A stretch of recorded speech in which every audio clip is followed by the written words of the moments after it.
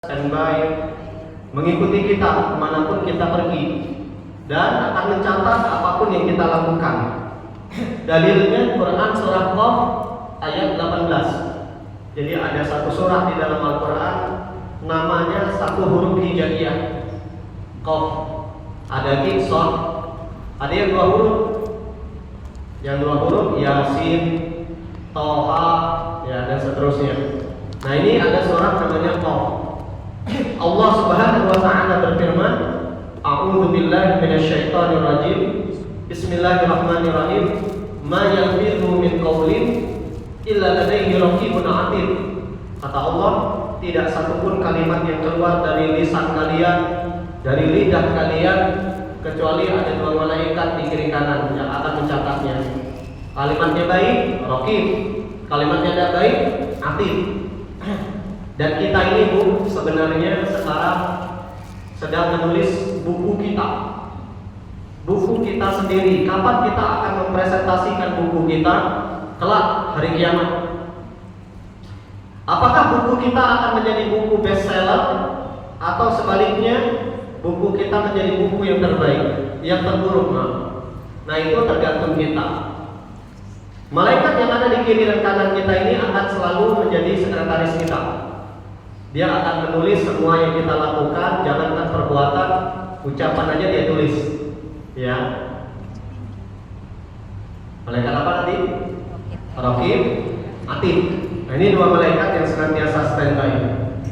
Yang kedua, yang harus kita pahami, ini sering kita dengar pepatah ini, mulutmu harimaumu.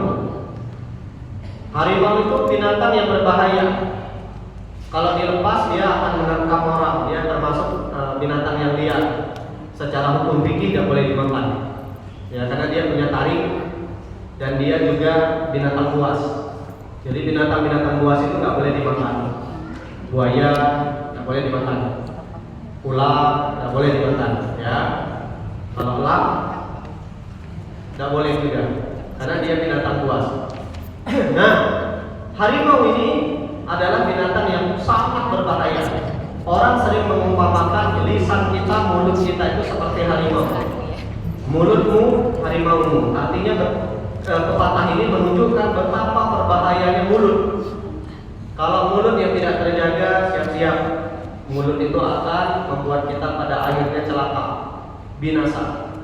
Ada seorang ulama, Bakar bin Abdullah Al-Muzani, dalam kitab Bahjatul Majalis di halaman ke-11, beliau pernah ditanya oleh murid-murid beliau, "Wahai Syekh, kenapa antum banyak diam?"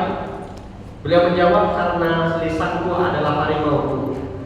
Kita sering mengira ini pepatah, padahal sebenarnya ini juga ucapan alim ulama kita. Dia menunjukkan betapa bahayanya di lisan, menunjukkan betapa berbahayanya mulut kita. Oke, berikutnya kita sering mendengar pepatah ini juga, diam adalah emas. Maka kalau istri minta emas, diam. Karena diam adalah emas. Nah, saya sejak tahu rumus ini, tiap kali istri bang beli emas, diam aja.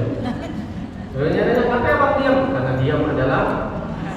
Nah ini jangan sampai tahu suami ibu, maksud saya. Biarlah saya aja yang tahu ya. Nah diam adalah emas. Emas itu kita tahu mahal, sesuatu yang sangat berharga dan bernilai. Sekarang aja emas antam hampir 3 juta per gram. Ya walaupun kadang naik kadang turun ya, tapi dia biasanya stabil, menunjukkan harga emas itu sangat mahal. Nah orang yang diam, dia punya nilai yang sangat tinggi di hadapan Allah. Karena orang-orang yang seperti ini biasanya akan banyak melakukan kebaikan ketika dia diam, dan dia akan sedikit melakukan kesalahan. Nah inilah pentingnya kita diam. Nah ini mukadimah. Jadi dari 3 hal ini, pertama tadi yang harus kita ingat, bahwasanya setiap kalimat yang keluar dari lisan kita akan diminta pertanggungjawabannya. Apapun itu Bu, ya, baik atau buruk akan diminta pertanggungjawaban. Maka hati-hatilah dengan lisan kita.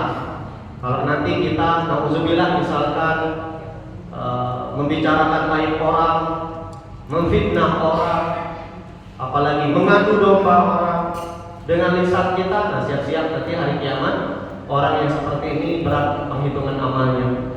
Kemudian mulutmu harimaumu, itu menunjukkan betapa berbahayanya lisan. Dan yang ketiga, diam adalah emas. Ini menunjukkan betapa pentingnya kita memperbanyak diri kita dengan diam. Oke, kita masuk poin nomor pertama. 4 kedudukan lisan menurut Islam atau di dalam Islam. Kedudukan lisan yang pertama, lisan adalah penentu keimanan dan kekufuran.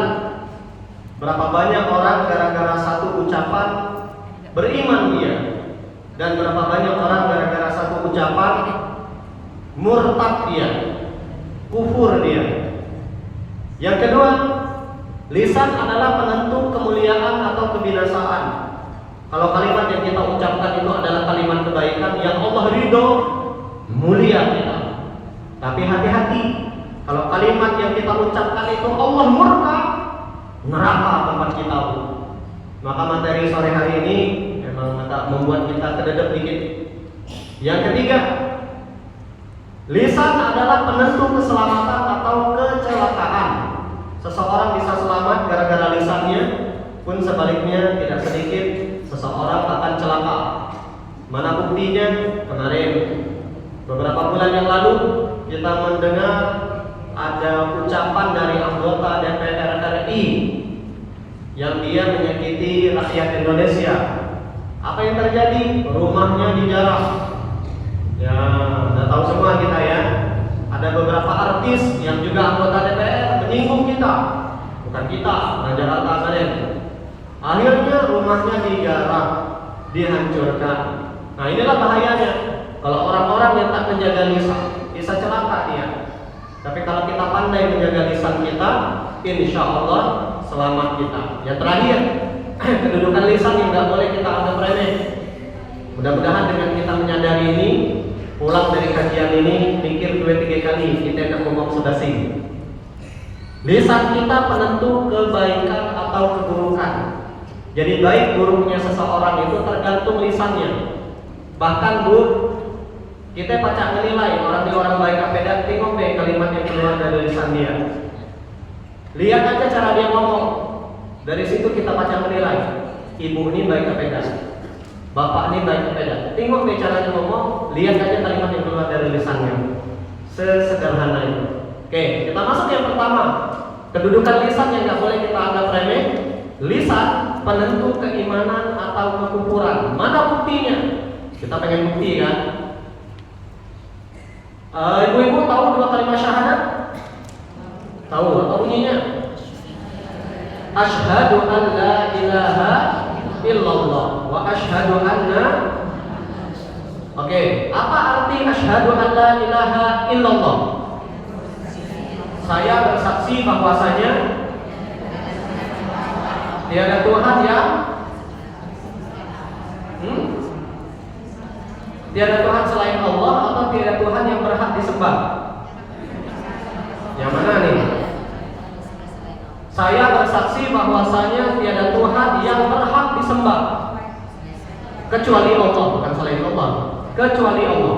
Ya, illallah, kecuali Allah. Jadi satu-satunya Tuhan yang berhak disembah hanya Allah. Karena dalam kehidupan ini banyak sekali Tuhan. Ya, ada orang yang menjadikan makhluk sebagai Tuhan, menjadikan matahari sebagai Tuhan, menjadikan api sebagai Tuhan, bahkan menjadikan hewan sebagai Tuhan, monyet, ya, tikus, macam-macam, ya. Nah, yang berhak disembah dari sekian banyak Tuhan tadi hanya Allah. Dan ucapan itu ada konsekuensinya, Bu. Sekali kita mengatakan la ilaha illallah, maka konsekuensinya ada dalam surah Al-Fatihah ayat yang kelima. Iyyaka na'budu wa iyyaka nasta'in. Hanya kepada Allah kami akan menyembah, hanya kepada Allah kami akan minta pertolongan. Jadi berat konsekuensinya. Wa asyhadu anna Muhammadar Rasulullah. Saya bersaksi Nabi Muhammad utusan Allah. Nah, 2 kalimat syahadat ini, Bu, kalau diucapkan bisa menyebabkan orang non-muslim masuk Islam. Makanya coba kita sesekali tanya sama mereka yang berbeda keyakinan dengan kita. Nak tak mereka mengucapkan kalimat ini? Mau nggak? Kan cuma kalimat doang, cuma ucapan doang. Mau nggak? Kalau mereka tahu konsekuensinya, nggak mau. Makanya kalimat ini bisa menyebabkan seseorang beriman, bisa menyebabkan seseorang masuk Islam. Contoh yang kedua, ucapan selamat kepada mereka yang berbeda keyakinan dengan kita, selamat hari raya. Ya, kita ambil contoh lah yang paling mudah. Selamat Natal, si Ko Adi yang orang Cina, Rongsi Pacai. Kalimat itu kalau kita ucapkan, jangan dikira ada dampak. Makanya ulama yang keras loh, saya nggak ngomong yang lain, yang keras. Saya nggak tahu nih, saya keras sepeda. Saya keras nih. Keras. Masa saya kayak gini keras? Gimana lembutnya? Ulama yang keras itu biasanya mengatakan haram hukumnya mengucapkan selamat kepada mereka yang berhari raya dan mereka beda keyakinan. Mengapa? Kalimat itu ada dampaknya. Selamat Natal, Gongsi Pacai, dan seterusnya atau yang sejenisnya. Karena kalimat itu bukan urusan muamalah. Kalimat itu bukan urusan hablum minan nas. Kalimat itu urusannya akidah dan ibadah. Kalau diucapkan pacak-pacak kita murtad menurut ulama yang keras tadi. Nah, itulah sehingga kalau kita bukan siapa-siapa, kita ini kan rakyat biasa itu. Kita bukan seorang bupati, gubernur, camat, apalagi presiden, wakil presiden. Yang kita punya rakyat yang di situ bukan hanya orang Islam, maka jangan mengucapkan kalimat itu. Karena kalimat itu urusannya kekufuran atau keimanan. Begitu juga dengan saudara kita tadi yang berbeda keyakinan. Hendak mereka mengucapkan kalimat kalimat syahadat. Kalau mereka tahu konsekuensinya, dan akan ya, jadi kalau ada orang tanya, apa yang kamu ucapin selamat Natal? Oke, tidak apa-apa. Kami ucapin selamat Natal, tapi karena tak ucapin dua kalimat syahadat. Nah, macamnya cara supaya mereka terdekat juga. Sama nih, banyak mal-mal kalau menjelang Natal biasanya kasir-kasirnya, karyawannya disuruh memakai atribut Natal yang muslim-muslim. Tapi sudah ada fatwa MUI yang melarang itu. Sebaliknya, kenapa yang non tidak dipaksa pakai jilbab? Saat Lebaran, Idul Fitri dan Idul Adha itu kan menunjukkan sebenarnya ada ketidakadilan. Tapi udahlah, insya Allah sekarang udah takut juga mereka, karena sudah banyak keluar fatwa MUI dan undang-undang bisa kita permasalahkan. Bisa lihat dengan tidak saya? Karyawan yang dipaksa memakai atribut agama tertentu, ada tidak? Lagi kalau di Mekah lagi takut mereka. Oke. Yang kedua, lisan penentu kemuliaan atau kebinasaan. Kita akan mulia gara-gara lisan kita, dan kita akan hina, akan masuk neraka bahkan gara-gara lisan kita. Dalilnya dulu kita baca riwayat Al-Bukhari. Nabi bersabda, "Innal 'abda la yatakallamu bil kalimah min ridwanillah, la yulqi laha balan, yarfa'uhu Allah biha darajat." Tidaklah, kata Nabi, seorang hamba mengucapkan satu kalimat yang dengan kalimat tadi Allah ridho, maka dia akan mulia. Mana contohnya? Ada hadis Nabi yang lain, Rasulullah pernah bersabda, kalimatani. Ada dua kalimat kata Nabi, khafifatani 'ala lisan. Dua kalimat ini mudah diucapkan oleh lisan. Mudah diucapkan oleh lisan. Thaqilatan fil mizan, tapi memberatkan mizan kebaikan kita, timbangan amal kita. Dua kalimat ini mudah diucapkan oleh lisan, memberatkan mizan kebaikan hari kiamat. Habibatan ila rahman. Dua kalimat ini kalau kita ucapkan, Allah akan mencintai kita. Mana dua kalimat itu, Bu? Subhanallah wa bihamdihi, subhanallah wa bihamdihi. Kalimatnya sederhana, ringan, mudah, tidak susah kita mengucapkannya. Tapi barang siapa yang melazimkan lisan yang mengucapkan kalimat itu, Allah akan cinta sama dia, derajatnya akan dinaikkan, mizan kebaikannya akan diberatkan. Sebaliknya ada kalimat, kalau kata Nabi, seorang hamba mengucapkan satu kalimat, lalu kalimat tadi Allah murka, la yulqi laha balan yahwi biha fi jahannam. Gara-gara satu kalimat tadi, pacak-pacak dia masuk neraka. Mana contoh kalimatnya? Bang, ceraikan saya. Istri minta cerai sama suami saat rumah tangga nggak ada masalah, atau saat suami punya salah tapi salahnya nggak pantas ibu minta cerai. Mana dalilnya? Ada hadis riwayat Imam Abu Daud. Ayyum imra'atin, istri mana saja kata Nabi, sa'alat zaujaha talaqan, minta cerai kayak laki ya, fi ghairi ma ba'as, saat rumah tangga enggak ada masalah, apa kata Rasulullah? Fa haramun 'alaiha raihatul jannah. Jangankan masuk surga, bau surga saja tidak dia cium. Maka hati-hati nih istri semua nih insyaallah.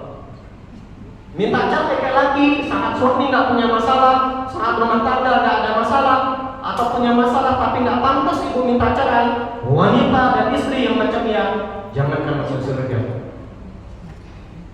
mencium bau surga saja tidak. Itu kalimat ringan, bang ceraikan saya. Gue kalimat ya, tapi Allah nggak ridho. Di mana tempatnya? Kalau Allah haramkan bau surga, berarti tidak akan masuk surga. Pilihan yang kedua, neraka. Tidak hanya istri, suami juga sama. Kalau suami istri nggak punya salah lalu dia ceraikan istrinya, laki yang macam ya sama baik. Boro-boro masuk surga, cium bau surga juga tidak. Kalimat yang kalau diucapkan Allah murka, neraka jahanam tempatnya. Maka jangan dianggap remeh lisan ini, Bu. Bisa menyebabkan kita beriman, bisa menyebabkan kita kufur, bisa menyebabkan kita mulia, bisa menyebabkan kita bina. Yang ini, lisan itu penentu keselamatan atau kecelakaan. Jadi kalau pengen selamat, jaga lisan kita. Tapi orang yang lisannya tidak terjaga, celaka. Hadis riwayat Imam Al-Albani dalam kitabnya Shahihut Targhib wa Tarhib.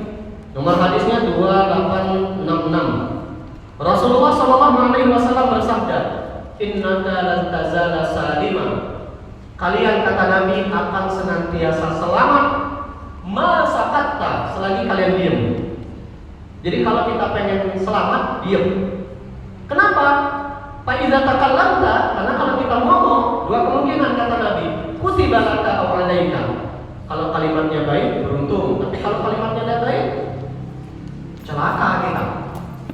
Nah, makanya lebih baik memang banyak diam tadi. Ya. Yang ketiga, yang keempat, terakhir, sebuah kalimat, sebuah lisan atau lisan kita ini sangat menentukan kita itu baik atau buruk. Ini ada hadis riwayat Imam At-Tirmidzi dari Abu Sa'id Al-Khudri radhiyallahu anhu bahwasanya baginda Rasulullah sallallahu alaihi wasallam bersabda, "Idza asbaha ibnu Adam," ketika anak cucu Nabi Adam bangun tidur kata Nabi, "fa inna a'dha kullaha tukaffirul lisan." Semua anggota tubuh kita ini ngomong kayak lidah kita. Setiap kita bangun, semua anggota tubuh akan ngomong sama lidah kita. Apa yang diucapkan anggota tubuh kepada lisan? Ittaqillaha fina. Wahai lidah, wahai lisan, kata tubuh kita, kaki, tangan, kepala dan seterusnya ngomong sama lidah. Wahai lidah, takutlah sama Allah. Fa'inna nahnu bika. Kenapa? Nasib kami tergantung kamu, kata lidah, kata anggota tubuh kita yang lain. Nasib anggota tubuh kita ini akan tergantung lidah kita. Fa'in istaqamta istaqamna. Kalau kamu baik ngomongnya, seluruh tubuh kami akan baik, kata tubuh kita yang lain. Wa in i'wajajta i'wajajna. Tapi kalau kamu bengkok, kami juga akan bengkok. Makanya baik buruk kita, Bu, tergantung lisan. Kalau pengen jadi orang baik, mulailah dari sini. Ngomong baik. Karena baik buruknya kita itu tergantung lisan kita. Nah, inilah 4 kedudukan lisan yang tidak boleh kita anggap remeh. 3 golongan manusia berdasarkan lisannya. Silakan dinilai nanti kita masuk yang mana kira-kira. 3 golongan ini atau pembagian ini bukan saya yang membagi, tapi baginda Rasulullah Sallallahu Alaihi Wasallam dalam hadis riwayat Imam At-Tabrani dan Imam Abu Ya'la dari Abdullah bin Mas'ud radhiyallahu anhu. Baginda Rasulullah membagi manusia berdasarkan lisannya pada 3 golongan. Golongan yang pertama, Nabi mengatakan an-nasu salatun. An-nasu salat ada 3 golongan. Ghanimun, salimun, syahibun. Ghanimun, salimun, syahibun. Ghanim beruntung, salim selamat, syahibun celaka binasa. Siapa ghanim? Ghanim ini kata Nabi adalah alladzi yadhkurullah, yang lisannya digunakan untuk kebaikan, yang lisannya senantiasa beribadah. Ada ibadah namanya ibadah lisan. Nah, dia menggunakan lisannya beribadah, zikir, baca Quran, salawat, atau kalimat-kalimat baik yang lain, seperti misalkan amar ma'ruf nahi mungkar, nasihat, masuk rumah ngucapin salam, kalau dapat nikmat alhamdulillah, dapat musibah innalillah, melihat sesuatu yang indah masya Allah. Kalau lihat suami astagfirullah. Beneran beda. Aduh, bahaya. Kenapa lihat suami astagfirullah? Subhanallah. Kalau lihat suami apa harusnya? Subhanallah. Astagfirullah. Subhanallah. Masya Allah. Masya Allah. Subhanallah itu melihat sesuatu yang menakutkan, Balik ya, kita balik. yang mengerikan. Kalau yang sesuatu yang indah, masya Allah. Makanya lagu Arabik itu masya Allah cantiknya, bukan subhanallah cantiknya. Masya Allah. Maka lihat suami, jangan astagfirullah, jangan subhanallah. Apa? Masya Allah. Astagfirullah tuh kalau melihat suami orang. Nah, lihat suami astagfirullah. Tapi kalau lihat suami sendiri, masya Allah. Ya, nah ini orang yang ghanim, dia beruntung. Jadi kalau ingin jadi orang yang beruntung, ayo lidahnya pergunakan untuk kebaikan. Yang kedua, salimun, selamat. Orang-orang yang selamat lisannya, gara-gara lisannya dia selamat. Siapa? Ketika dia tak mampu ngomong baik, tak mampu beribadah dengan lisannya, diam. Dia memilih yang kedua. Dengan dia diam, minimal dia selamat. Selamat dari dosa-dosa lisan. Nah ini dia, orang yang lisannya diam ketika tak mampu mengucapkan kalimat-kalimat yang baik, diam. Dia tidak sanggup mengajak orang berbuat baik, dia tidak sanggup berzikir, dia tidak sanggup misalkan membicarakan kebaikan orang, maka dia memilih diam. Nah, salimun, orang-orang yang selamat gara-gara lisannya. Yang ketiga, syahibun, yaitu orang-orang yang lisannya digunakan untuk kebatilan. Mana contohnya? Sumpah serapah, apalagi ya menyakiti orang lain, menghina, mencaci maki, melaknat, atau lisannya dipergunakan untuk membuka aib orang, menceritakan keburukan orang, memfitnah orang, ngadu domba orang. Mana contohnya Ustaz? Kita ada usaha kior dengan ceramah Ustaz Hanan. Ngapain? Kabarnya kawin lagi. Nah ini kan mengadu domba orang. Nah makanya yang macam ini syahibun, akan binasa celaka dunia akhirat. Maka ayo bunda, jangan sampai kita jadi syahibun. Kalau kita tak mampu menjadi ghanibun, minimal kita menjadi salimun. Bisa? Insya Allah. Ya oke. Nah silakan dinilai sekarang masing-masing. Saya ini termasuk yang mana? Ghanimun. Yang ghanimun angkat tangan. Oke, siko, duit, tinggi. Yang ghanimun nih, ghanimun bu. Tinggi angkat tangan. Siko, duit, tinggi. Matri ghanimun. Ya nilai aja, maksud saya gini loh Matri.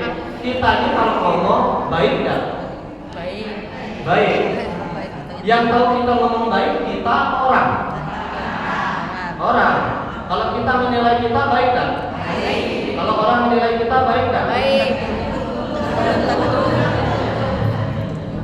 Maka kalau mau tahu kita zalim atau tidak, tanya orang lain.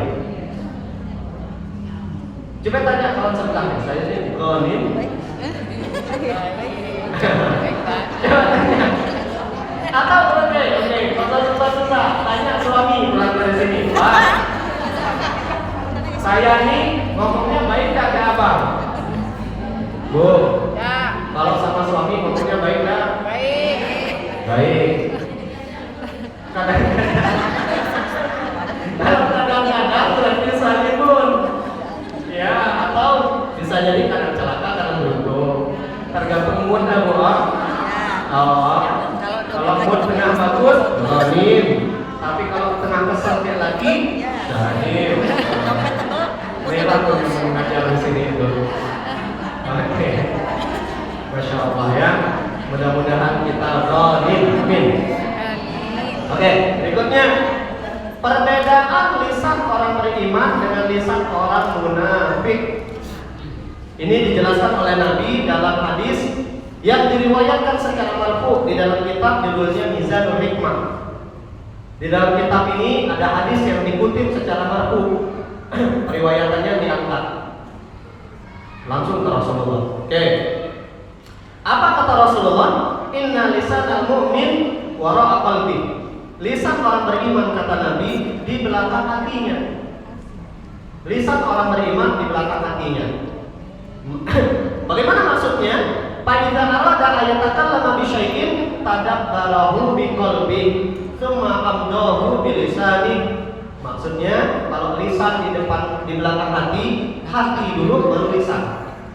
Maksudnya, mikir dulu baru ngomong. Orang beriman itu sebelum dia ngomong, dia mikir dulu dengan hatinya. Baik gak? Oh baik. Baik pun dia ngomong lagi kelak bermanfaat gak? Ada kalimat baik artinya bermanfaat. Tengoklah di WA, di grup-grup WA. Banyak orang dikit-dikit di share-nya informasi, dikit-dikit di share-nya. Belum tentu baik itu. Di share, main kirim-kirim deh. Kadang yang dia kirim itu baik, tapi tak bermanfaat buat kita. Mana contohnya? Dia nge-share liburan bersama dengan keluarganya. Baik, tapi ngapain? Apa manfaat buat kita? Nah, makanya ada istilah dalam dunia digital itu saring sebelum sharing. Saring sebelum sharing. Maksudnya sebelum dikit-dikit ngirim dijadiin status, dicek dulu, disaring dulu, baik atau tidak baik, dicek lagi bermanfaat tidak buat orang. Kalau hanya bermanfaat buat kita, tidak usah di-share. Ada di grup orang ngirim berita yang berabad-abad yang silam. Dikirimnya berita ada seorang penipu masuk ke masjid. Ada kan WA yang macamnya disertai dengan foto, ada captionnya di situ. Hati-hati orang ini menipu. Benar berita, tapi lama badai. Ada lagi contoh, nge-share video pembantaian atau kecelakaan yang ngeri kita nengok. Kan gak semua orang berani nengok video macam dia.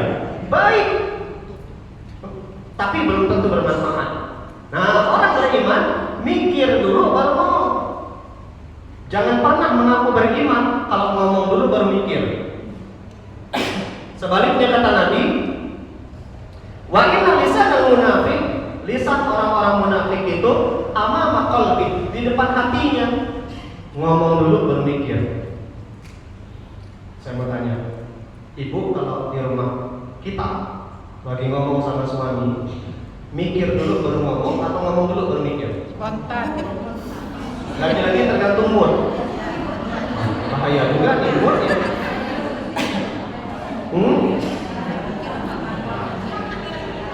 Yang mana nih? Tidak mikir datang. Tidak mikir.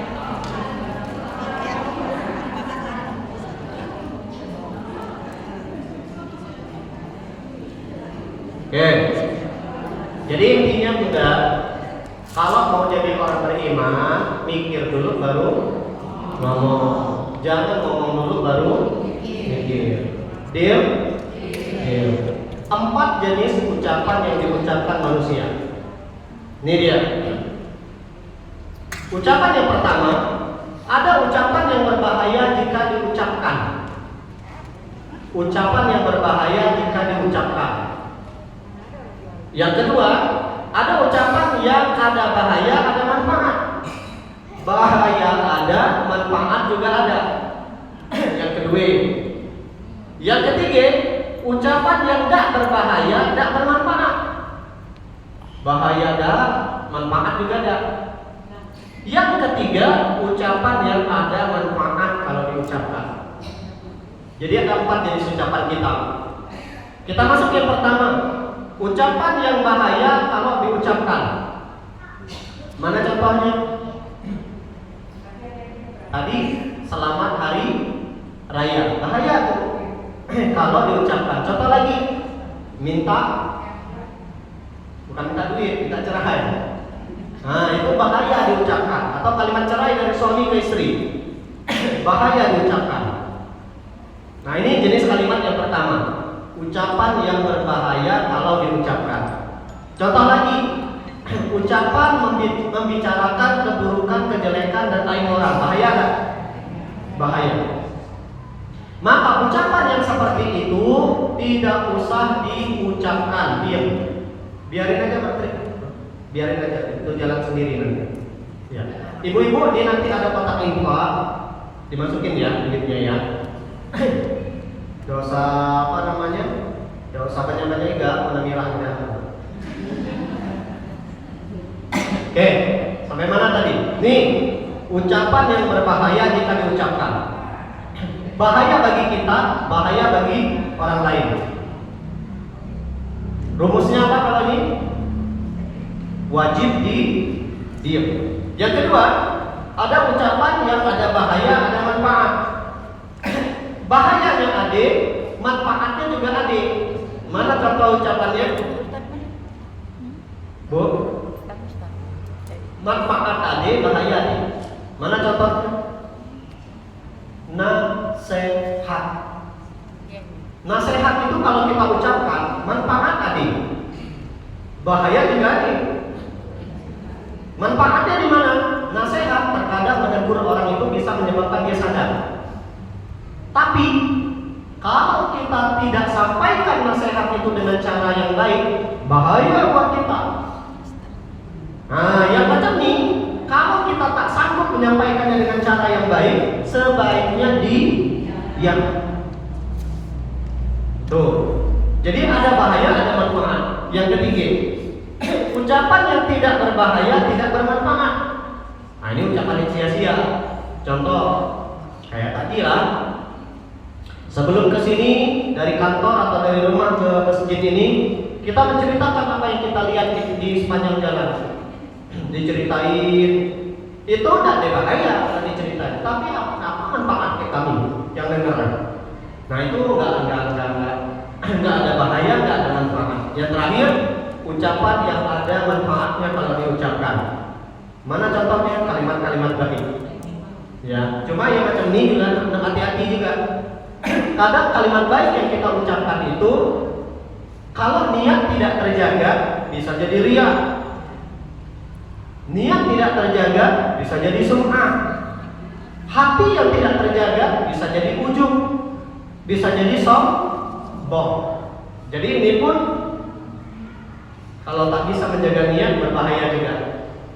Ala kulli hal, dari 4 jenis ucapan ini, kalau pengen selamat, intinya diam. Itu maksudnya. Oke, berikutnya kita akan masuk poin nomor berapa ini? Nomor 4 kalau saya nggak salah. Keutamaan menjaga lisan. Kalau dapat 5. Oke, ada 10. Pertama, keutamaan menjaga lisan yang pertama adalah orang yang diam dan menjaga lisan sebab selamat. Jadi kalau pengen dunia hasanah, wa fil akhirati hasanah, pengen selamat dunia akhirat, maka diam dan jaga lisan kita. Mana dalilnya? Pendek dalilnya Bu, riwayat Imam At-Tirmidzi dari Abdullah bin Amr bin Al-As radhiyallahu anhuma, baginda Rasulullah sallallahu alaihi wasallam bersabda, kata Rasulullah, man samata naja. Man, siapa? Samata, diam, naja, selamat. Jadi barang siapa yang diam selamat. Diam itu menyebabkan kita selamat. Yang kedua, dalilnya ada hadis riwayat Imam At-Tirmidzi dari Uqbah bin Amir. Ada seorang sahabat namanya Uqbah bin Amir. Beliau pernah nanya sama Nabi, "Ya Rasulullah, ya Rasul, man najat? Apa kunci-kunci keselamatan?" Ada tiga kunci kalau pengen selamat. Ibu pengen selamat kan? 3 kuncinya. Kunci yang pertama kata Nabi, amsik alaika lisan. Nih kata Nabi kunci yang pertama, jaga lisan. Jadi kalau pengen selamat, lidah dijaga, lisan dijaga. Itu kunci selamat, ya. Jangan terlalu banyak ngomong, apalagi omongan kita itu tidak bermanfaat. Nih, kunci selamat yang pertama. Kunci selamat yang kedua, wal yasa'aka baituk. Banyak di rumah kata Nabi. Jangan hobi kuyuran, jangan hobi keluar rumah. Orang yang hobi keluar rumah itu kurang selamat, bukan selamat, kurang selamat. Contoh aja Bu, di jalan. Kalau kita sering bermotor, sering bermobil, kalau ada kita berurang, orang kita. Tapi kalau kita di rumah, selamat. Itu secara keselamatan hidup ya. Secara maksiat dan dosa, kalau kita tinggal di rumah, dikit yang kita tengok. Tapi kalau kita keluar rumah, banyak yang ditengok. Apalagi tidak menjaga apa-apa. Kami para laki-laki, kalau tinggal di rumah, yang ditengok cuma bini. Tapi kalau kami hobi keluyuran, yang ditengok ini orang. Iya, cewek-cewek. Dan itu menyebabkan kita tidak selamat. Nah, terkhusus untuk ibu-ibu, ada firman Allah di Quran surah Al-Ahzab ayat 33. Allah Subhanahu wa taala pernah berfirman kepada kaum wanita. Al-Ahzab ayat 33. Aisyah radhiyallahu anha tiap kali baca ayat ini nangis sejadi-jadinya. Mana bunyi ayatnya? Wa qarna fi buyutikunna. Allah mengatakan kepada kaum wanita, banyak-banyak tinggal di rumah. Itu pesan Allah buat ibu-ibu. Pesan Allah buat kaum wanita, banyak-banyak tinggal di rumah. Mengapa wanita masih banyak tinggal di rumah? Dijawab oleh Nabi dalam sebuah hadis. Pertama kata Nabi, innal mar'ah aurah. Karena seorang wanita itu aurat. Seluruh tubuh wanita itu aurat. Suara aurat, tubuhnya aurat, apapun aurat. Makanya wanita nggak boleh azan, aurat suaranya. Ya, ibu kalau ke telepon orang lagi jangan mendayu-dayu. Halo, assalamualaikum. Waalaikumsalam. Nak garap dikit. Waalaikumsalam. Boleh kenalan enggak? Dah, kalau ada lagi balik. Cemia. Ya, jangan mendayu-dayu aurat. Yang kedua, kenapa wanita masih banyak tinggal di rumah? Fa'idha kharajat istasyarafaha asyaiton. Karena kata Nabi, seorang wanita kalau sudah keluar rumah, setan akan menghiasi dia. Jangankan yang cantik, yang cikar, yang setengah cikar, dia baca jadi cikar. Setengah cikar itu bahasa halus itu. Iya, saya menghindari bahasa-bahasa yang nyinggung orang. Sama, jangan bilang saya ini kurus ya, tersinggung saya. Jangan bilang orang yang gemuk itu gemuk, tersinggung. Gemoy atau sehat. Ya. Wanita kalau keluar rumah kata Nabi, setan akan hiasi ibu. Jangankan ibu bekecak, berhias. Ibu tidak bekecak, ibu cikar. Makanya ketika banyak tinggal di rumah, ibu menjaga diri kita menjaga diri kita dan menjaga orang lain. Kadang kami ini orang laki ini, berusaha berusaha menjaga pandangan mata.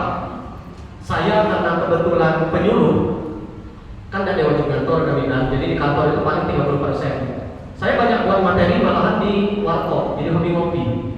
Kadang sengaja nunggu, tiba-tiba ada cewek sengaja duduk depan kita. Ya, membahas Ustaz saat itu ditinggung pedusnya, tidak ditinggung saya. Ustaz saat bukan saya. Yang ketiga, kunci keselamatan. Wa baqi ala khati'atin, tangisi dosa masa lalu kita. Tangisi kezaliman kita, kejahatan kita, kebodohan kita. Saya yakin dan percaya dakde kita tidak punya dosa. Manusia biasa macam kita nih, ade salah, ade dosa. Punya aib, punya masa lalu. Yang maksum tidak terjaga, yang terjaga dari dosa itu para nabi dan rasul. Nah, oleh karena itu kata Nabi, tak isi kebodohan kita. Maksudnya banyak-banyak istighfar. Lazimkan istighfar. Kalau saya pernah saya sampaikan, saya paling suka sama istighfar Nabi Yunus. La ilaha illa anta subhanaka inni kuntu minadh dhalimin. Karena istighfar itu kata Nabi, kalau diucapkan maka hajatnya akan dikabulkan. Alhamdulillah, saya sudah buktikan berapa banyak hajat saya dikabulkan gara-gara istighfar ini. Yang pertama, saya mau haji 2024, Allah kabulkan. Yang kedua, seleksi Imam Masjid Agung Kubatimah, lulus. Yang ketiga, ASN, lulus. Banyak hajat saya dikabulkan gara-gara istighfar ini. Boleh istighfar Nabi Adam. Mana istighfar Nabi Adam?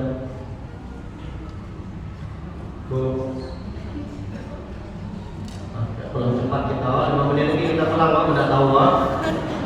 Mana, ayo. Rabbana zalamna anfusana wa illam taghfir lana wa tarhamna.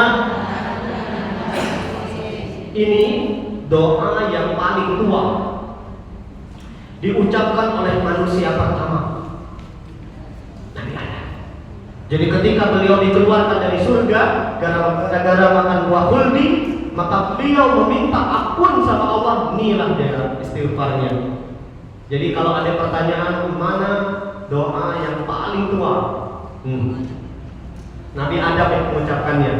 Rabbana zalamna anfusana wa illam taghfir lana wa tarhamna lanakunanna minal khasirin. Oke, kunci keselamatan, diam dan menjaga lisan, insya Allah selamat. Jadi siapapun yang banyak diam, yang menjaga lisannya, dia akan selamat, ya. Dunianya selamat, akhiratnya selamat, agamanya selamat, hatinya juga akan selamat. Yang kedua, lisan itu sebab istiqomahnya seorang hamba. 17 kali Ibu kita minta istiqomah kepada Allah. Dalam kalimat ihdinas siratal mustaqim, itu bukan sekedar doa. Ya Allah, tunjukkan kami jalan yang lurus dan mantapkan kami dalam jalan itu. Itulah makna ihdinas siratal mustaqim. Pertanyaannya, macam mana caranya supaya kita baca istiqomah? Dijelaskan oleh Nabi dalam hadis riwayat Imam Al-Bani, ya, Imam Al-Bani lagi. Dari Anas bin Malik radhiyallahu anhu, Rasulullah bersabda, la yastaqimu imanu 'abdin hatta yastaqimu qalbuh. Iman seseorang tidak akan istiqomah, iman seseorang tidak akan mantap sampai mantap dulu hatinya, kata Nabi. Jadi kalau pengen istiqomah iman kita, hati dulu istiqomah. Wala yastaqimu qalbuh, tidak mungkin hati bisa istiqomah hatta yastaqimu lisanuh, sampai lisan kita dulu istiqomah. Jadi kalau pengen istiqomah hati, dimulai dari lisan. Pengen istiqomah iman, dimulai dari istiqomahnya hati. Iman akan istiqomah kalau hati istiqomah. Hati akan istiqomah kalau lisan istiqomah. Maksudnya konsisten mengucapkan kebaikan. Siapapun yang terbiasa mengucapkan kebaikan atau menjaga lisannya, maka hatinya akan terjaga dan hatinya akan terbiasa dengan kebaikan. Dan siapa yang hatinya sudah terbiasa melakukan kebaikan, maka insya Allah iman akan istiqomah. Orang macam ini tidak akan gampang tergelincir dalam dosa. Oke. Yang ketiga, lisan sebab kebaikan. Nabi pernah bertanya kepada Mu'az bin Jabal radhiyallahu anhu, ya Mu'az, ala ukhbiruka birasil amri wa umuluhu wa dzirwatu sanami. Wahai Mu'az, mau enggak aku kasih tahu, kata Nabi, pokok segala urusan, tiang agama dan tujuan hidup? Mu'az menjawab, bala ya Rasulullah.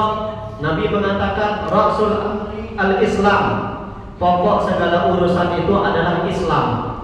Maksud Nabi, orang Islam itu apapun aktivitasnya harus sesuai dengan ajaran Islam.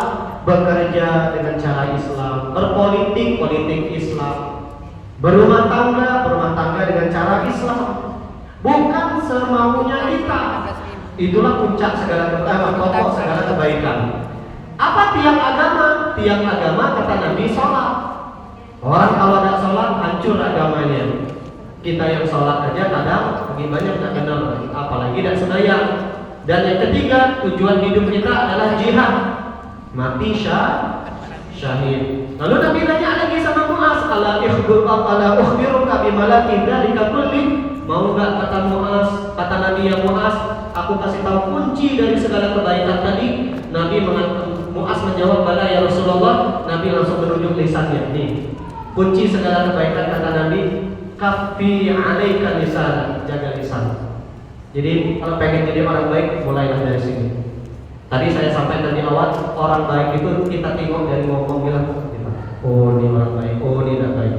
Tengoklah kan sambutan-sambutan yang sering kita dengar di kantor, macam mana cara orang memberikan sambutan, cara orang ngomong. Kadang kita berkisah ke kawan, tengok deh macam mana caranya ngomong, tengok baik apa isi omongannya. Kalau yang dia sampaikan kebaikan, kalau cara dia menyampaikan juga baik, berarti ini orang baik. Maka orang baik itu tidak susah nilainya, Bu. Tengok deh cara ngomongnya. Karena lisan adalah sebab kebaikan. Istri yang baik ngomongnya pasti baik. Suami yang baik ngomongnya pasti baik. Jangan pernah mengaku orang baik kalau kita ngomong tidak baik sama suami. Ya, begitu juga kami para suami. Yang keempat, lisan, menjaga lisan sebab ditutupkan aib-aib kita. Tadi saya sudah sampaikan, nggak ada orang yang nggak punya aib, nggak ada orang yang nggak punya masa lalu. Dan setiap kita pasti nggak mau masa lalu aib kita dibuka oleh Allah. Benar tak? Benar kan? Karena Allah sudah tutup aib kita. Macam mana supaya Allah jaga aib kita? Nah, ini dijawab oleh Nabi. Man kafa ghadaban kafallahu anhu adzabah. Barang siapa menahan marahnya, Allah akan tahan azabnya. Ibu pengen gak diazab sama Allah, jangan gampang marah. Orang yang menahan marah, Allah tahan azabnya. Wa man khazina lisanuh satarallahu awratuh. Barang siapa menjaga lisannya, Allah akan tutup aibnya. Maksudnya, jangan sampai lisan kita membuka aib orang. Maka barang siapa yang menjaga aib orang, tidak dia buka, tidak dia bongkar, tidak dia kisah, Allah akan tutup aibnya. Tapi sebaliknya hati-hati. Barang siapa yang lisannya sibuk buka aib orang, orang yang macam ini biasanya gak akan mati kecuali Allah buka dulu nanti aibnya. Ya. Berikutnya, lisan yang baik penyebab amal yang baik. Dalilnya Al-Ahzab 70:71. Ya ayyuhalladzina amanu, wahai orang yang beriman, kata Allah, ittaqullah, takutlah sama Allah, wa qulu qawlan sadida, ucapkan ucapan yang baik. Nah, ayat ini Bu, 70 ini, Al-Ahzab 70 ini, itu menjelaskan orang beriman itu bagus hablum minallah, bagus hablum minan. Nah, hablum minallah dalam bertakwa. Wa qulu qawlan sadida, ucapkanlah ucapan yang baik, ini hablum minan nas. Nah, ini sering saya sampaikan di setiap ujian kita. Orang soleh yang sempurna kesolehannya tidak hanya bagus hablum minallah, dia mesti bagus hablum minan nas. Terus apa yang bakal kita dapatkan kalau kita ngomong baik? Yuslih lakum a'malakum, Allah yang akan bereskan amal dia. Artinya kita akan dibimbing melakukan kebaikan kalau ngomongnya baik. Allah akan pertemukan kita dengan orang-orang baik kalau kita ngomongnya baik. Tapi sebaliknya, kalau kita ngomong tidak baik, Allah akan pertemukan kita dengan orang yang tidak baik. Ada hadis Nabi Ibu, bunyinya al-arwah junudun mujannadah. Ruh kita ini Bu seperti tentara-tentara perang, kata Nabi. Faman ta'arafa minha irtalafa. Ya, yang satu frekuensi, yang satu niat, yang satu tujuan, yang keadaan ruhnya sama, Allah akan pertemukan dengan yang sama. Seperti tentara perang. Tengoklah pasukan pemana dengan pemana, penombak dengan penombak, pasukan pedang dengan pedang, yang berjalan dengan berjalan. Tidak mungkin digabung dengan yang lain. Begitu juga dengan ruh kita. Yang hobi ngaji, dia akan bergabung dengan yang hobi ngaji. Yang hobi belajar agama, gabung dengan yang belajar agama. Dan Allah akan pertemukan kita dengan orang-orang yang sama. Yang hobi sedekah, Allah pertemukan dengan yang hobi sedekah. Konotasi positif. Negatif juga sama, kata Nabi. Wa ma tanakara minha ikhtalafa. Kalau ruh kita ini tidak benar, percayalah, Allah akan pertemukan dengan orang-orang tidak benar juga. Maaf, yang hobi ngutang biasanya berkawan ke hobi ngutang juga. Yang emosi, kawannya emosi juga. Benar tak? Iya. Sama si kok lagi, yang garapnya lagi, kawannya garap juga biasanya lagi. Tidak mungkin dia berkawan dengan baik. Nah ini rumus ya. Maka kalau kita ngomong baik, Allah yang nanti akan bereskan amal kita. Tidak berhenti di situ. Wa yaghfir lakum dzunubakum. Allah ampunkan dosa kita. Ya karena keutamaan menjaga lisan, berkata baik dan diam itu sebab rahmat dan selamat. Nabi bersabda, rahimallahu 'abdan qala khaira. Siapapun yang ngomong baik, Allah akan kasih dia rahmatnya, kasih sayangnya. Baghatima, sehingga dia beruntung. Ausakata ansurin pasalima. Barang siapa yang diam dari suatu keburukan, maka dia juga akan selamat. Jadi menjaga lisan, ngomong baik, dirahmati Allah. Diam tidak mampu ngomong baik, maka kita akan selamat. Yang ketujuh, diam itu sebab kebijaksanaan. Diam tanda dan sebab kebijaksanaan. Dalilnya pendek sekali hadisnya. Di dalam kitab Syu'abul Iman ada hadis yang diriwayatkan dari Anas bin Malik. Baginda Rasulullah bersabda, as-sumtu hikamun. Diam itu kebijaksanaan, kata Nabi. Orang yang diam biasanya wibawanya akan nampak kebijaksanaannya. Wa qalilun fa'iluhu, tapi yang jadi masalah dikit yang bisa diam. Ini ada nasihat dari Hasan Al-Basri, seorang ulama dari kota Basrah. Kata Hasan Al-Basri, kalau kalian duduk bersama dengan orang yang bodoh. Siapa orang yang bodoh yang disebut oleh beliau ini? Orang yang taraf keilmuannya tidak terlalu banyak. Kalau duduk bersama dengan orang yang bodoh, diam. Karena diam kita di hadapan orang yang bodoh akan menambah kebijaksanaan kita. Pun sebaliknya, kalau kita duduk bersama dengan alim ulama, ustadz, kiai, ustazah, diam juga, jangan sibuk ngomong. Kenapa? Diamnya kita di hadapan alim ulama akan menambah ilmu kita. Diam di hadapan orang bodoh menambah kebijaksanaan. Diam di hadapan orang berilmu menambah ilmu. Maka saya kalau ngumpul di ustaz-ustaz, kami kan di Pemkal itu ada grup ustaz-ustaz milenial. Ustaz-ustaz yang kolonial tidak masuk lagi itu. Yang kolonial itu yang tua-tua. 50 ke atas tidak masuk, yang masuk itu 40 ke bawah. Saya, Ustaz Dede, Habib Hussein, Ustaz Kurnia, Ustaz Dede Irham, Ustaz Yuda, ada Ustaz yang benar. Kalau ngumpul kami, misalkan kami nongkrong atau apa, berkisah misalkan, saya banyak diam, karena saya tahu rumusnya. Diam di hadapan mereka,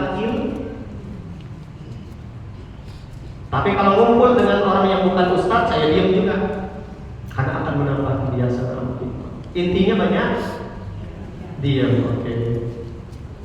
Nah nanti ibu kalau sama suami juga sama. Ibu tengok suami ibu ini berilmu atau tidak. Kalau ternyata suami ibu orang berilmu, lebih pintar dibandingkan ibu, diam, jangan banyak ngomong. Diamnya di hadapan suami yang kurang ilmu, wibawa itu akan terjaga. Kalau suami ibu ternyata orang berilmu, diam juga. Diam di hadapan orang berilmu, ilmu ibu yang nambah. Karena biasanya suami yang berilmu dia akan banyak nasihat. Ya. Yang kedelapan, diam tanda keimanan. Nah, ini sering kita dengar hadis ini. Barang siapa mengaku beriman kepada Allah dan hari akhir, kata Nabi, hendaklah dia berkata baik atau diam. Man kana yu'minu billahi wal yawmil akhir falyaqul khairan aw liyasmut. Kemudian berikutnya yang kesembilan, keutamaan diam dan menjaga lisan. Diam itu salah satu kiat menjaga, mengelola, memanajemen amarah. Orang yang marah, kalau ingin terjaga amarahnya, ada beberapa kiat yang diajarkan Nabi. Sebelumnya saya luruskan dulu ya, Bu. Bu. Di Quran surah Ali Imran, jangan dikira orang beriman itu tidak marah. Ini saya luruskan dulu ya. Orang beriman itu marah, tapi bedanya marahnya orang beriman itu elegan, cerdas, dan dirasa kusuk marahnya. Begitu juga di Ali Imran 135-nya, saat itu tadi 134-nya. Di 135-nya, jangan dikira orang beriman itu nggak punya salah. Ciri orang beriman itu kata Allah di Ali Imran 135-nya, walladzina idza fa'alu fahisha, yang ketika mereka melakukan dosa, audalamu anfusahum, atau mereka mendolimi dirinya, zakarullah, mereka langsung ingat sama Allah, fastaghfaru lidzunubihim. Orang beriman itu salah juga, berdosa juga. Bedanya ketika mereka salah, mereka langsung istighfar. Kalau kita dosa dan salah bukan istighfar, istirahat ya. Nah, terkait dengan marah, orang beriman itu ada beberapa hal yang diajarkan Nabi, kiat memanajemen amarah. Pertama, kalau sedang marah, kata Nabi, ucapkan isti'adzah. Apa itu isti'adzah? A'udzubillahi minasyaitonir rajim. Jadi kalau sedang marah, a'udzubillah, bukan istighfar. Isti'adzah yang benar. Karena marah itu datangnya dari setan. Kita berlindung dari setan yang menyebabkan kita marah. Setan paham betul kalau kita marah, akal sehat kita tertutup. Ada dua orang sahabat berkelahi depan Nabi, sampai merah muka.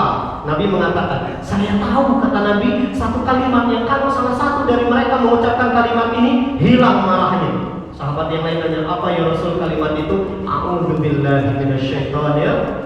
Yang kedua, kiat menghilangkan marah atau memanajemen amarah. Cepat ambil wudhu. Karena marah itu datangnya dari setan. Setan itu diciptakan dari api. Setan dari golongan jin ini, api akan padam dengan air. Maka kalau ibu kesel sama seseorang, sama suami, sama siapapun, sama anak, ambil wudhu. Cepat ambil wudhu, insya Allah hilang marahnya.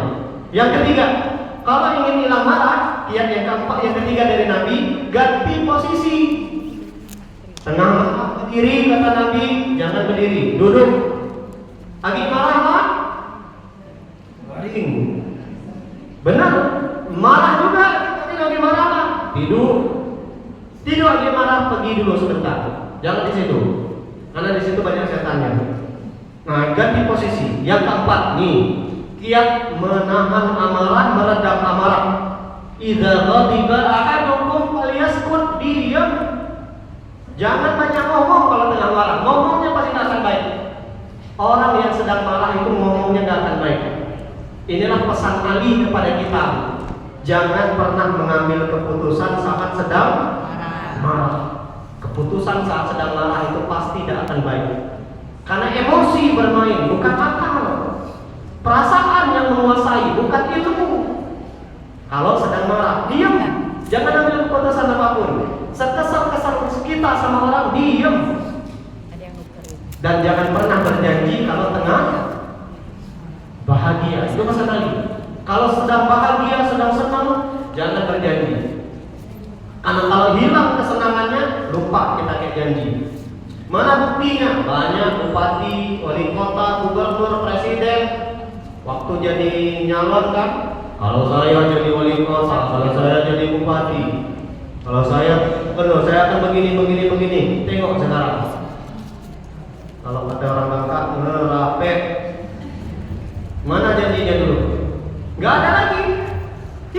lupa sama janjinya. Di sebuah kota ada seorang wali kota. Kalau saya jadi wali kota, nanti pasar saya bereskan, nggak akan jorok. Sampai detik ini nggak 3 bulan ya. Nah, makanya jangan pernah berjanji kalau lagi bahagia. Oke.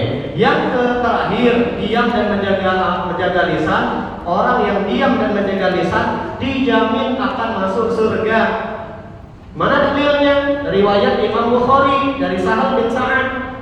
Bahkan siapa kata Nabi, man yadmanu lima baina lihyaihi wa baina rijlaihi adaman lahul jannah. Barang siapa menjamin untuk menjaga dengan baik apa yang ada di antara dua jenggotnya, jenggot dan kumis maksudnya, mulut. Dan barang siapa menjamin apa yang ada di antara kedua kakinya, kemaluan, aku jamin dia masuk surga, kata Nabi. Nah, inilah 10 keutamaan diam dan menjaga lisan. Berikutnya ada 8 bahaya tidak menjaga lisan. Kita akan cepat karena waktu. Yang pertama, tidak menjaga lisan bukan karakter orang beriman. Laisal mu'min bit-ta'an walal la'an walal fahish walal badhi. Nabi bersabda, pasti bukan orang beriman kalau mulutnya mencaci maki, menghina, kalau mulutnya suka melaknat, kalau mulutnya jorok, kalau mulutnya kasar, pasti bukan orang beriman. Nah, ini bahayanya yang pertama. Yang kedua, tidak menjaga lisan menyebabkan banyak orang masuk neraka. Muaz pernah nanya sama Nabi, ya Rasul, seberapa penting kami menjaga lisan? Nabi mengatakan, celaka kamu wahai Muaz, tidak ada yang paling banyak menyebabkan manusia masuk ke dalam neraka kecuali karena lisannya yang tergelincir. Jadi hati-hati, inilah yang paling banyak menyebabkan manusia masuk neraka, lisan yang tidak terjaga. Ini sama.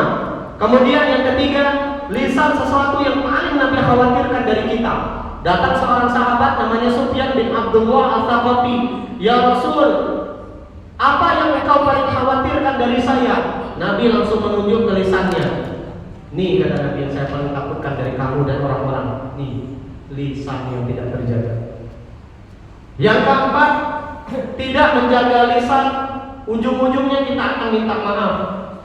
Lagi-lagi datang seorang sahabat Nabi minta nasihat kepada Nabi. Ini hadis diriwayatkan dari Abu Ayyub. Ya Rasul, ini hadisnya panjang sebenarnya. Kasih saya nasihat singkat, padat, mudah saya kerjakan. 3 nasihat Nabi kepada laki-laki tadi. Pertama, idza qumta fi sholatika fasholli sholatan waqti. Kalau kamu sholat, kata Nabi, anggap itu sholat terakhir.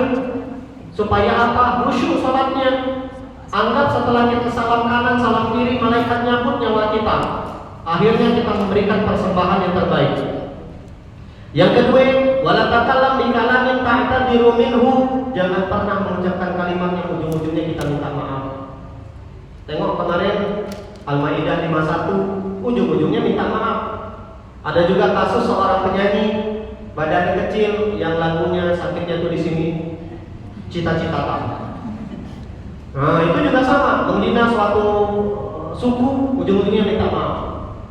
Ya, banyak orang-orang yang ujung-ujungnya minta maaf. Ya.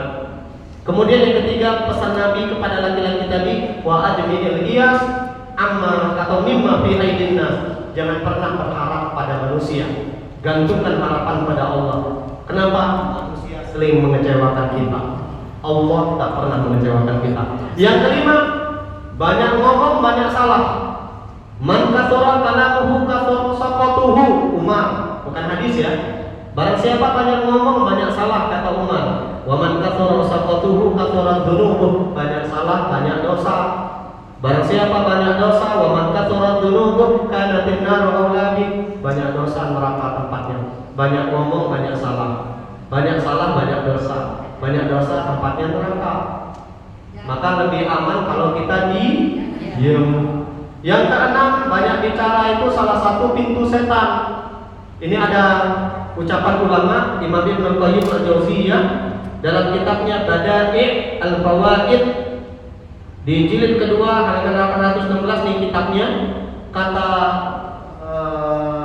Imam Ibnu Qayyim, imsaku qudulin nazar, jaga pandangan mata, wal kalam, jaga tutur kata, wa ta'am, jaga pola makan, wa mukhalatatin nas, dan selektiflah memilih kawan. Jaga mata, jaga lisan, jaga makanan, sama jaga atau selektif memilih kawan. Mengapa? Karena setan, kata beliau, menggoda manusia dari 4 pintu ini. Mata yang tidak terjaga. Yang kedua, lisan. Nah, ini pintu kedua setan menggoda kita. Yang ketiga, makanan. Banyak makan, ngantuk bawaannya. Kalau udah ngantuk malas beribadah. Dan yang terakhir, salah milih kawan. Itu pintu setan. Berkawan dengan orang yang sibuk mengejar dunia, dengan orang kaya lah, maka yang bertambah apa? Dosa. Kekayaan. Berkawan dengan orang yang hobi ngutang, hutang yang nambah. Berkawan dengan orang yang berilmu, ilmu yang nambah. Berkawan dengan orang yang banyak amalnya, amal yang nambah. Jadi kawan itu sangat menentukan kita.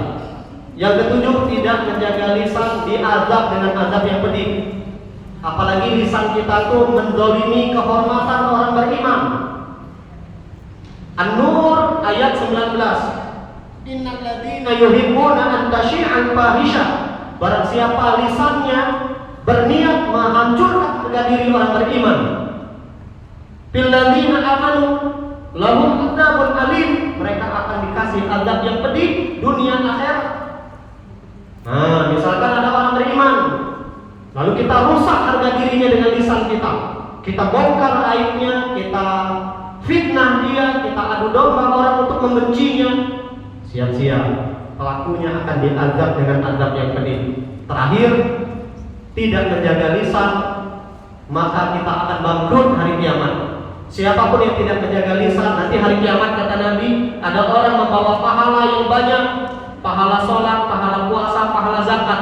Tapi satu sisi lisannya mencaci maki, menghina orang lain, lisannya menuduh orang lain, perbuatannya memakan harta orang lain secara zalim, membunuh orang dan seterusnya. Orang-orang yang dizalimi hari kiamat minta keadilan sama Allah, akhirnya pahala sholatnya, pahala puasanya, pahala zakatnya diberikan kepada orang yang dia zalimi.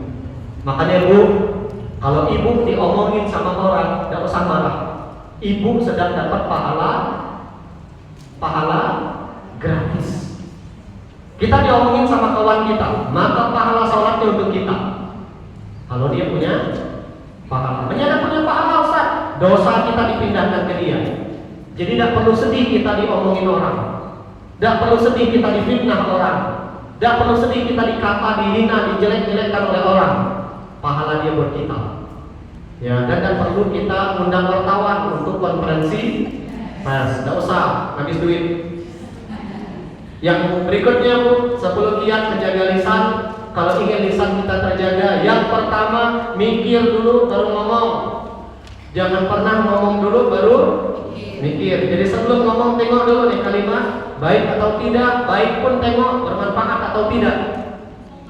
Kiat yang pertama. Yang kedua, kalau ingin lisan terjaga, banyak diam dari hal-hal yang sia-sia. Apa hal-hal yang sia-sia? Yang tidak nambah iman, tidak nambah ilmu, tidak nambah amal. Ada kawan ngajak ngobrol, yuk kita ngobrol. Apa lu?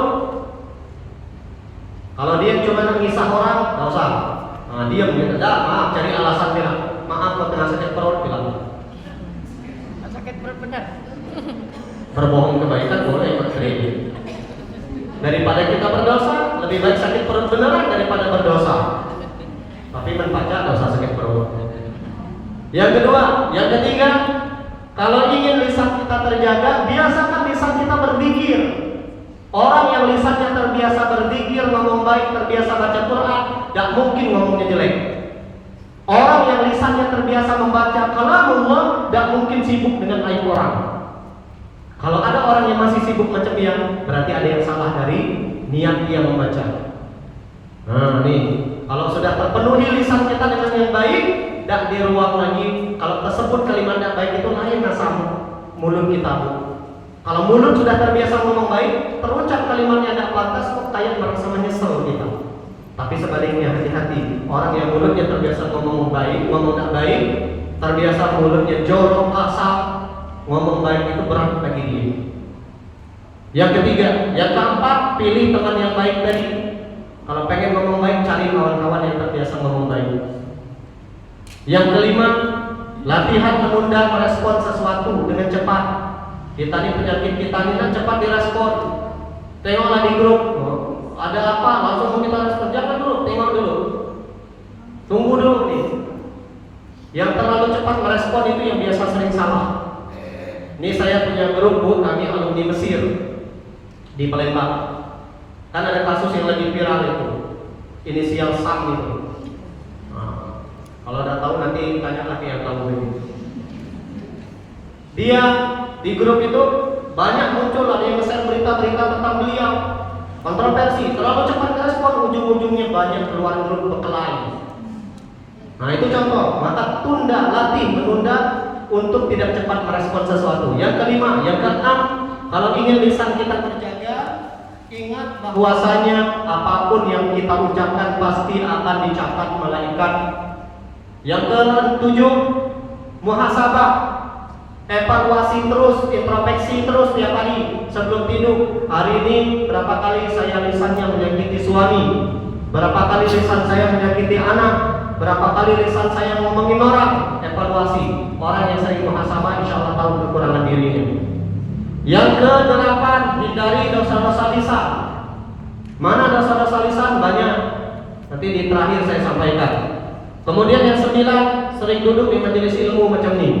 Orang sering ngomong sedasing itu bisa jadi karena dia tidak tahu betapa bahayanya lisan. Kita lah tahu, dia tidak urung lah karena ngomong tidak benar. Tidak urung lah ngomong tidak baik. Apalagi tidak tahu ilmunya. Ayo, sering duduk macam ini. Ya, sering duduk di majelis ilmu seperti ini, ilmu itu yang akan menuntun kita. Ada kan status yang saya share di grup, laki-laki yang tidak duduk, yang tidak berilmu, yang akan menguasai dia hawa nafsu. Perempuan yang tidak berilmu akan dikuasai oleh perasaannya, dan itu bahaya. Itulah kenapa butuh ilmu. Terakhir, kalau ingin terjaga lisan kita, banyak berdoa kepada Allah. Mana doanya? Ada doa Nabi Ibrahim ini bisa diamalkan. Asy-Syu'ara 84. Pendek doanya, waj'al li lisana sidqin fil akhirin. Ya Allah, jadikan lisanku jujur, baik, sehingga orang-orang setelah saya ingat saya cuma baiknya saja.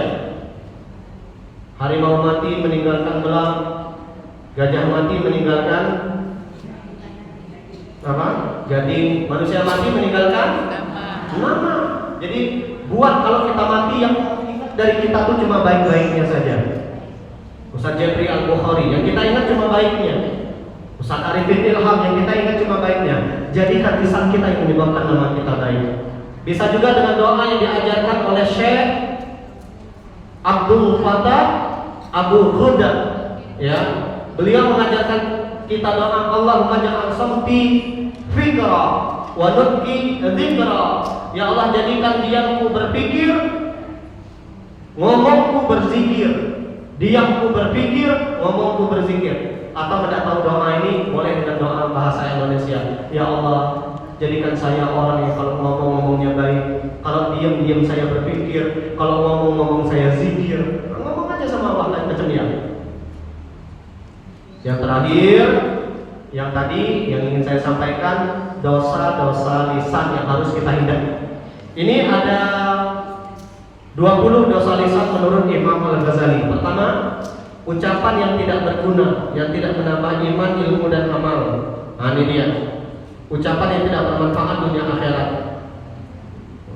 Ya, yang tidak berguna bagi kita. Jadi kalau kawan ngomongin sesuatu, kita nilai ini, namanya tidak omongan dia.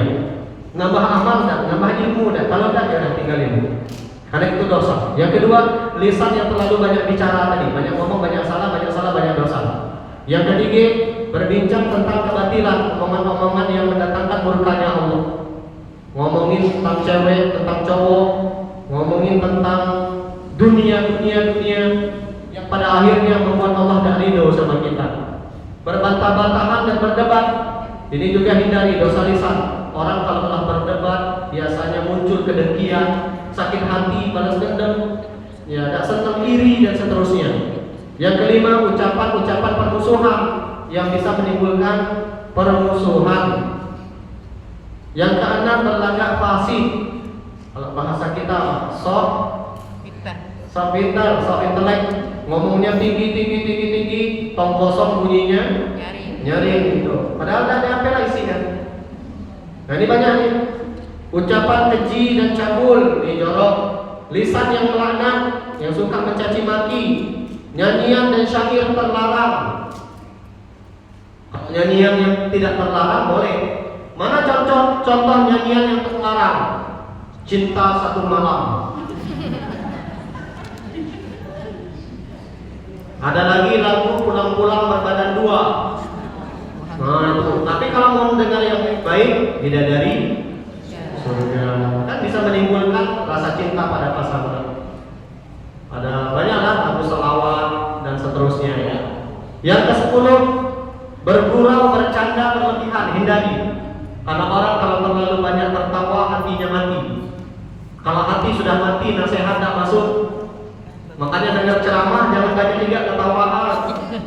Benar saya. Nengok ustaznya dari awal ketawa, tak boleh juga. Orang yang sering dengar ceramah ya, itu bahaya, hati mati, bukan ilmu yang masuk. Makanya Ustaz Adi Hidayat menghindari. Ada candanya tapi sesekali. Tapi kalau dari awal sampai akhir tetapi terus jamaah, itu nasihat tak masuk, yang ada malah menyebabkan hati mati. Tapi jangan juga dengan ceramah dari Ustaz yang ada candanya.